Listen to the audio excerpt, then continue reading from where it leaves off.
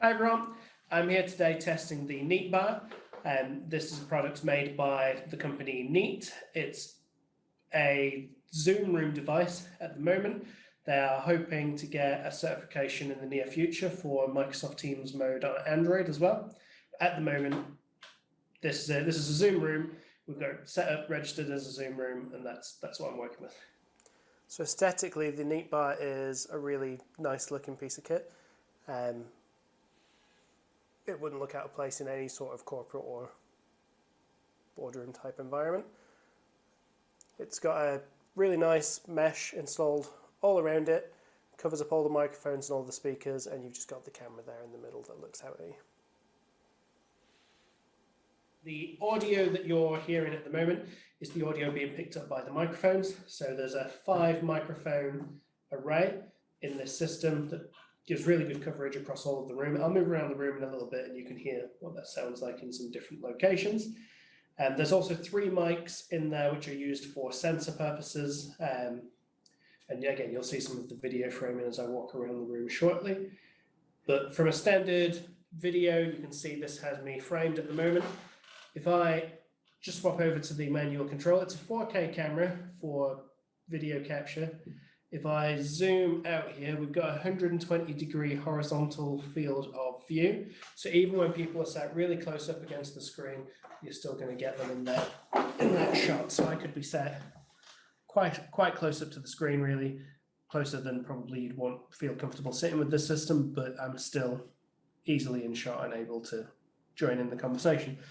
So I'm just going to swap to auto framing, and what you'll see is that will find the optimal position for me here in this location. I'll move further back and I'll just stand up as well, and you'll see that camera will reframe, find a better position for me if I come all the way back here to the back of the room.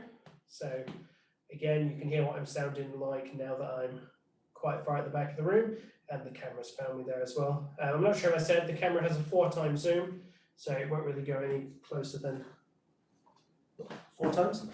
And if I just sit here at the back of the table, again, that's going to find me no problems at all. And if I just stand up again, it's going to come and find me. So some of the better features that this system has as well really come into play when you've got more than one person in the room. Some of the auto framing features that you can get with more than one participant. So I'm just going to go and see if I can find some other people to come in the room here with me so that we can do some further testing and I can show some of those extra features. So bear with me one moment. I'll go and see if I can find them. So I'm back here in the room now. Unfortunately, there are no real people around at ISDM today, what with COVID numbers spiking in the local area. Everyone's working from home. So instead, I've borrowed the faces of some of my colleagues.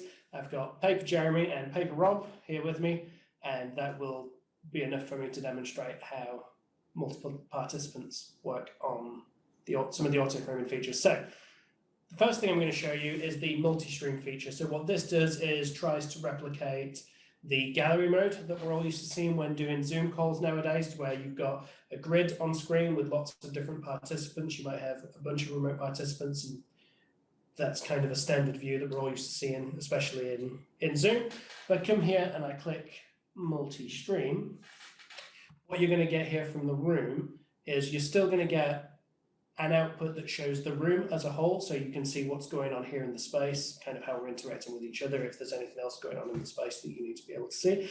But you're also going to get an individual feed for each of the people in the room. So you get a more zoomed in, more localized image of that person. You can see how they're reacting to what's going in the room, and it's a bit more like, people don't have to turn gallery mode off to be able to see what's going on in the meeting room. They can see each of the participants clearly. I'll come back to auto framing, and again, so it's gonna frame so that all 3 of us are in the room for the moment. But there's a section here called multi-focus framing that I can enable, and that's going to enable something on the actual hardware called Neat Symmetry. What Neat Symmetry does is it takes the one image that the camera is taking and it chops it up and outputs an image that has more than one camera view. You'll see what I'm talking about. So if I put multi-focus framing on, and that's going to enable the Neat Symmetry. And you can see that in our single video output now, it's chopped into 3/3, and it's trying to give each of the 3 participants an equal amount of screen. So if I walk to the back of the room, you'll see that's still going to kind of frame and crop around at the moment. And if all 3 of us were moving around a little bit, it would auto frame each of us equally. And again, so you can see it's trying to give us all, it's trying to put all of our heads at around the same level. It's trying to give us all the same amount of space. It's trying to make us feel like we're about the same size here on the screen. And that's really quite impressive, because if I turn the multi-focus frame off, what you'll see is I'm quite a lot smaller in this room than Paper Jeremy and Paper Rob are at the moment. They're both quite close up to the screen. So physically, they look a lot bigger than I am. I'm here at the back of the room.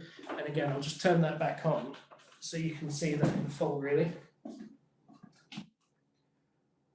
And it zooms in on me more than it zooms in on the other 2 guys.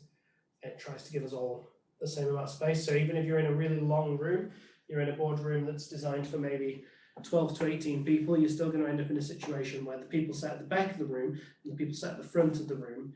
If you've only got 2 people in the room, it's just going to slice it in half, make it look like they're kind of sat next to each other rather than at the opposite ends of the table. If you've got 4 or 5 people, it's going to split them up and just make it look a bit more, just give you more value out of the screen space that you're using, really, rather than having, a couple of people sat around what would just be an enormous table, and mostly what you're looking at is table and wall. So there you go. That's the neat symmetry feature. It's a really strong feature. It's a really strong offering from Neat. I think other manufacturers are playing catch up a little bit with this sort of feature. I think it's something we're going to see more of.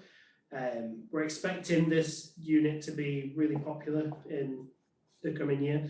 In particular, Neat are currently pushing for their Microsoft Teams certification. When they get that, we'll be able to use the Neat bar as a Microsoft Teams room for Android, and I think that'll be a really strong offering when we get there.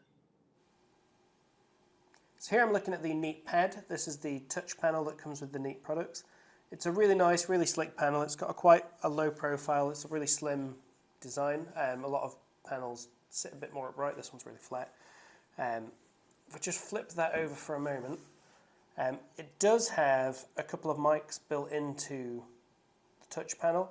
At the moment, these aren't in use as far as I'm aware, but we have been told that it may be that in a later software release, you'll be able to use those as kind of further reach pickup for the main unit, which is interesting. Standard sort of Zoom room interface, really. If I pop that into a meeting,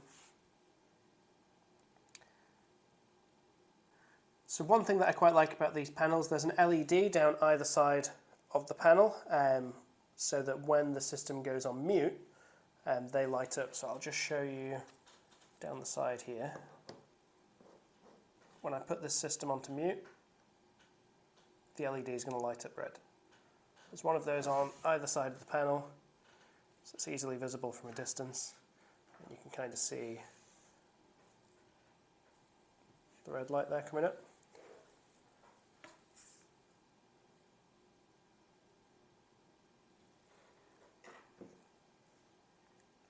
So all of the gallery view and Neat symmetry options can be found under the camera control. So if I click in here, you can see the standard camera controls. The auto framing section, this multi-focus framing, that's what enables the Neat symmetry features, and Multistream is what enables the features that look like the Zoom gallery mode.